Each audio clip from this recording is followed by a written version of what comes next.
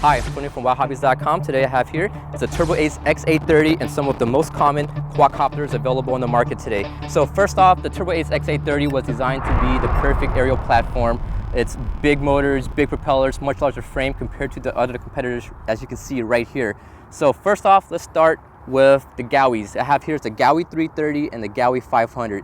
These two quadcopters has been available ever since the start of multi-rotors. They're a very, very popular platform back in the days, but they're pretty much outdated now. It's just a smaller frame, basic design, and they don't perform as well as some of the newer quadcopters on the market. Now, if you're looking to do sports flying, these two quadcopters are actually very fun to learn how to fly to start off with, but when you start advancing into aerial work, these two is not gonna cut it.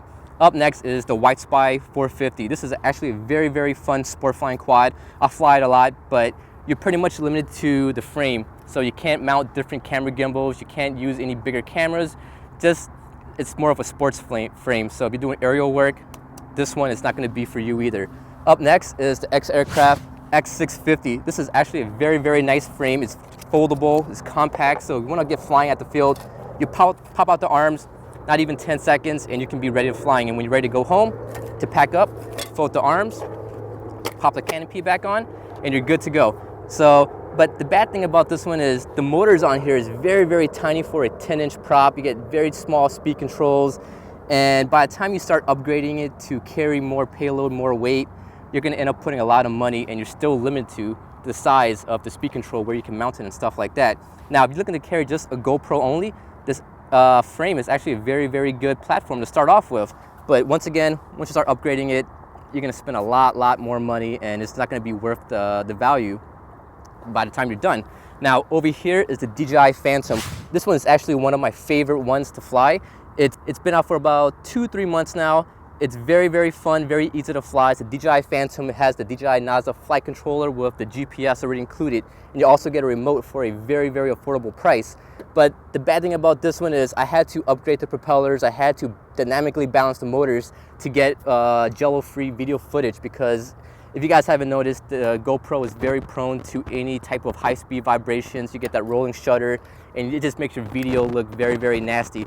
Now, another bad thing about the Phantom is you're gonna outgrow it after a few months, and you're stuck with using the GoPro only, and when you start adding all the stuff, it's not gonna fly with extra weight. Moving on next is the Turbo Ace X830.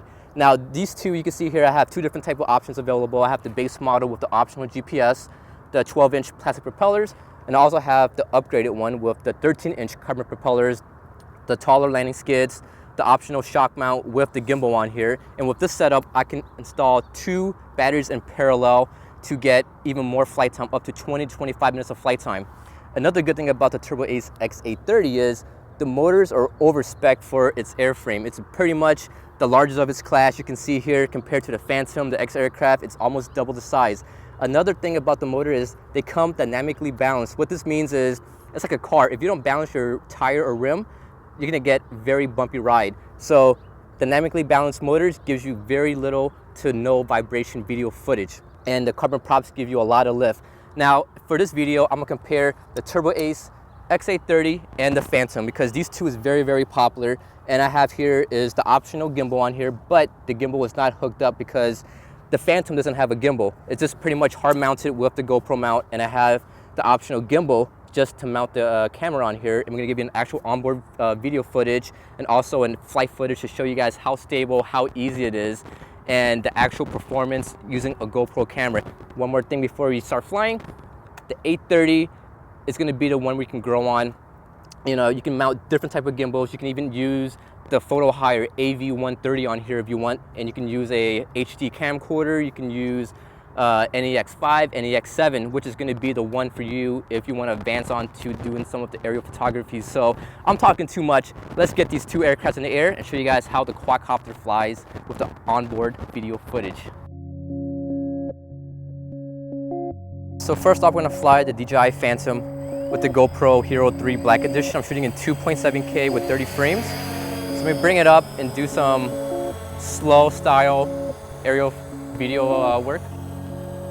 You can see it's very stable, but I had to upgrade the propellers to the grappler props. They're a lot stiffer than the plastic props, and the stock plastic props were a little bit too flexible it gave a lot of vibrations and it wasn't that great for shooting in 2.7K. You can see here it's very easy to fly. Let me bring it back and show you the GPS hold on here. I'll just bring it back in front of me. And there you go. We bring it up to a nice little height and just leave it here and it's gonna fly itself in GPS mode. Now, this thing is, very good for anyone who's starting off into doing aerial work. It's very easy to fly. The NASA flight controller is a proven flight controller. It's the best of its class, in my opinion. And it's, it's good. It flies very easy, very smooth. Except when you want to grow into the bigger cameras, you're just stuck with what you have. You can't put a bigger camera like an NEX5 or 7 on here. So you can only use a GoPro with the mount. Bring it up, do a slow flyby over the trees. What's good about the controller is it comes with the package, but the range is limited to about 400 feet, so you would not want to fly anywhere too far. Now let's do a little bit of faster flight. Show you guys the stability. You can see it does kind of wobble a little bit just because of the smaller frame and the wind will affect it a little bit more.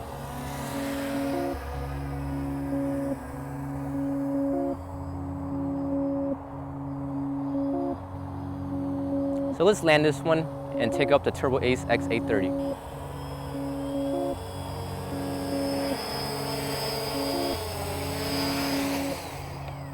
All right guys, up next is the Turbo Ace X830. This one has the optional carbon fiber propellers, the taller landing skids, and the shock mount on here with the camera gimbal. Once again, using the GoPro Hero 3 Black Edition, shooting at 2.7K. Show you guys how stable it is. This one right here is using the basic NASA flight controller with no GPS. You can see it's very, very stable. Hands off the stick, it's very easy to fly. So very good for anybody who's new to the multi-rotor or quadcopters for aerial work. What's good about the X830 is its ability to grow. So as you're learning how to fly, you can start off with a smaller camera, but when you want to grow into something better, that's bigger, that can handle bigger, more expensive cameras, the other stuff won't handle it, and the 830 was designed just for that purpose. Oversized motors gives you the ability to carry a lot more weight and payload. And on this 830, I have the optional camera gimbal, but once again, the stabilizers are off, just to give you a fair comparison between the hard-mounted GoPro on the X830 and the DJI Phantom. Let's do another shot, scenic shot flying over the trees right here. Show you guys the stability.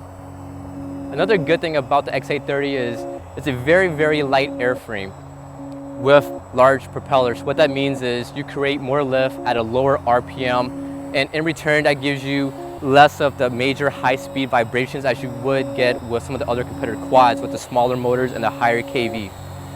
So let me land it.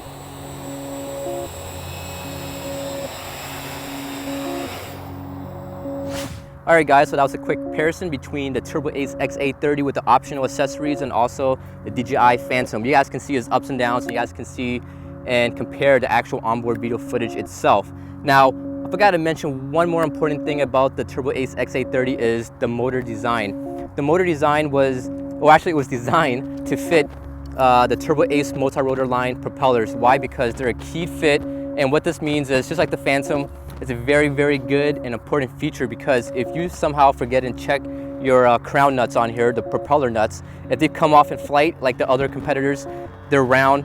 Once the nut comes loose, the propellers are going to twist and spin on you. It's going to cause you to crash. But having that keyed in slot right there, the propellers will never twist on you, and you can have a peace of mind when you're flying these quadcopters. Very excellent flying quadcopters. The X830 is just going to be the frame for you to learn and grow up into, while the Phantom is you're stuck with the GoPro. So I hope you guys enjoyed this comparison video, and be sure to check out the Turbo Ace X830 line of multi-rotors at wowhobbies.com.